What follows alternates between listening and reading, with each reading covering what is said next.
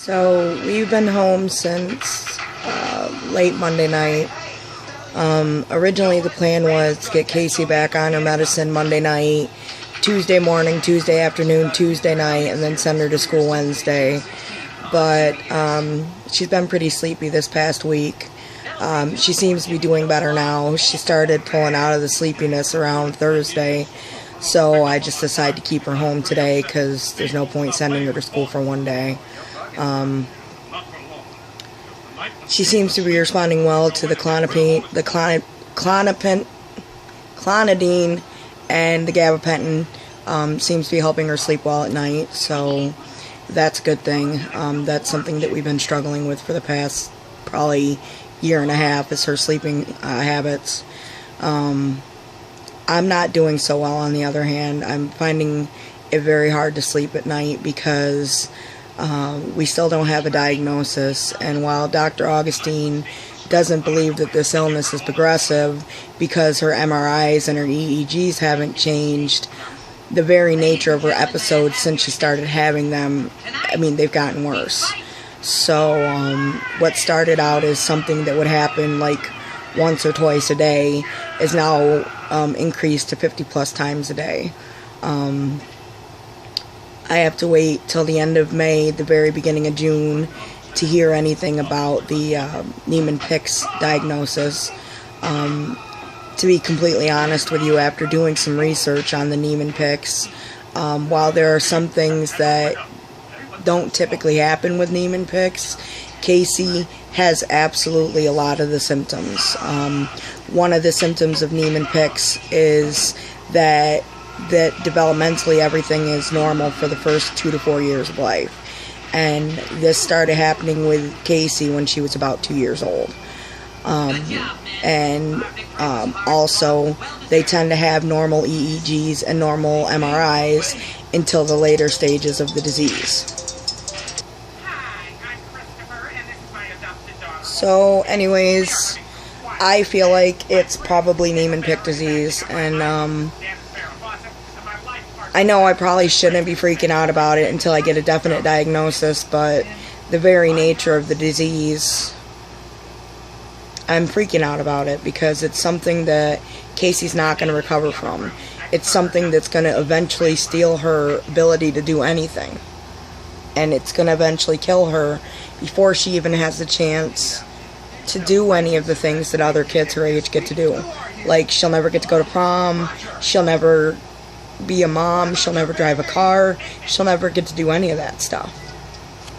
And I'm really struggling with that because as a mom, you want your children to experience all those things. Those are all things that everybody should experience. So while deep in my heart, you know, I'm hoping that it's not Niemann-Pick's, Casey's had tests for almost every other thing. And her MRIs are normal, her EEGs are normal. So, I mean, there's only so many things left it can be. And the fact that these episodes have gotten worse really scares me because 3 years ago, Casey could play and do things and not barely fall, and now 2 weekends ago she was outside, and if you look at her now, she looks like she got into a fight with a pricker bush. I mean, she's all dug up and scratched up. She spent more time on the ground than she did playing. And it broke my heart that my 10-year-old girl who loves to play and be active decided on her own that she was just going to sit next to mommy and color because she knew that that was safer for her.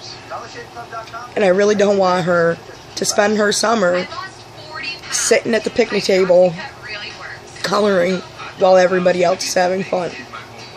But in the long run, there's nothing I can do about it because I can't fix whatever's wrong with Casey. I can only try my hardest to push for a diagnosis, but I can't make them do anything. I mean, I feel helpless because she's my daughter and I want to fix it. And I can't. Can't make it stop. I can't give her the normal life that she wants. All I can do is keep pushing and pushing and pushing. But I keep pushing and they keep doing the same things, and there's still no answers. She's had like 4 MRIs in the past 9 years. She's had multiple EEGs. She's had spinal taps. And there's no answers. And I don't understand. I don't understand why she can't be the only person on the planet that has this. She can't. I just want it to be better. I mean, I just want to know whether it's Niemann-Pick's or it's not Niemann-Pick's.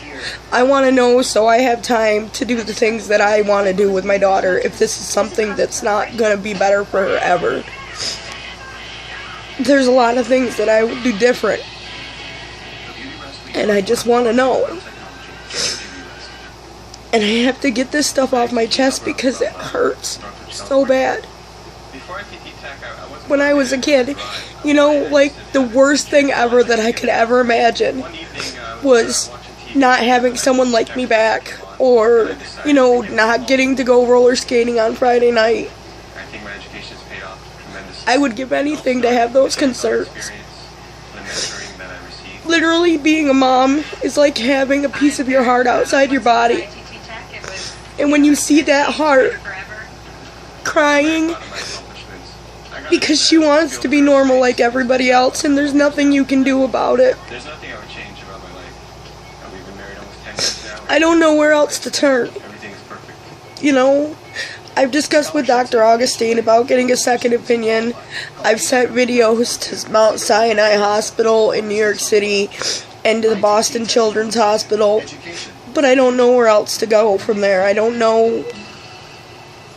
I feel like I'm hitting a wall. And I also just feel like our time is running out. And I don't want to waste what time I might have left with her spinning my wheels. I just wish that somebody could see what she's doing and just be like, oh, I've seen that. I know what that is. I know how to make it stop, or I know how to decrease the frequency of the episodes.